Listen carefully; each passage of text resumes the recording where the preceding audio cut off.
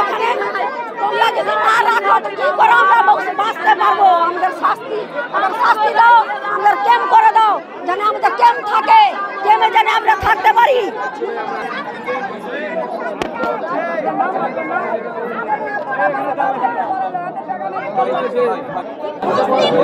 হিন্দুরা চুরি করছে, টাকা পয়সা মারছে, হিন্দুদের উপরে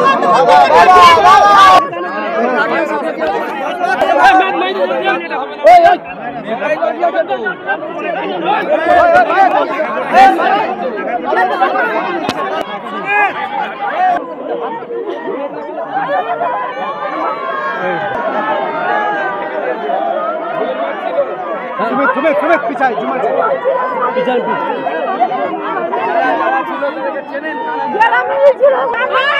আমাদের ইজ্জতকে মান সম্মান না মানে আমাদের ইজ্জত না ছিনে মিলে খেলবে।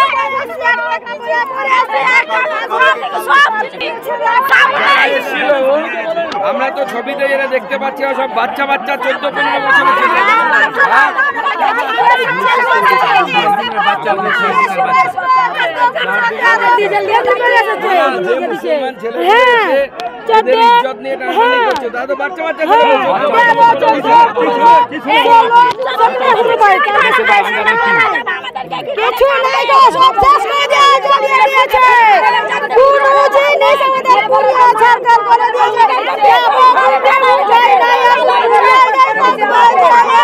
আপনারা সাংবাদিকরা আমি অনুরোধ করব মাননীয় মুখ্যমন্ত্রীকে আমার এই বোনের প্রশ্নটার উত্তর দিতে বলবেন যে হিন্দু বলে কি তার ইজ্জতের দাম নেই? এর শাড়ি ধরে টানাটানি করছে, কাউন্সিলরের উপস্থিত, এটা চলতে পারে না।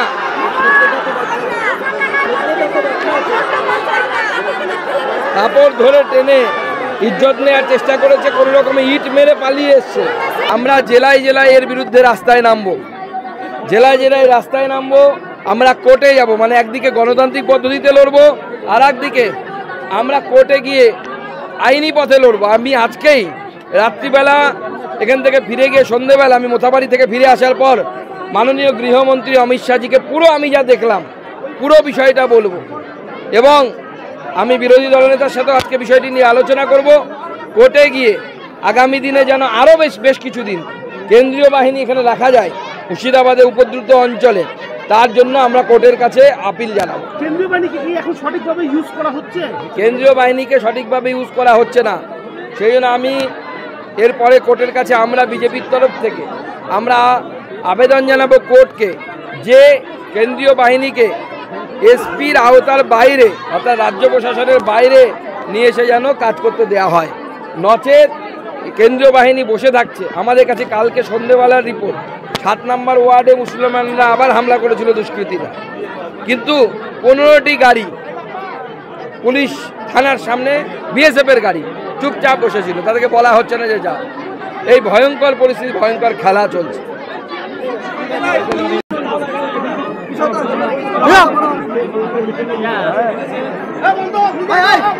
জায়গাটা বড় করো না, পিছাও না দাদা।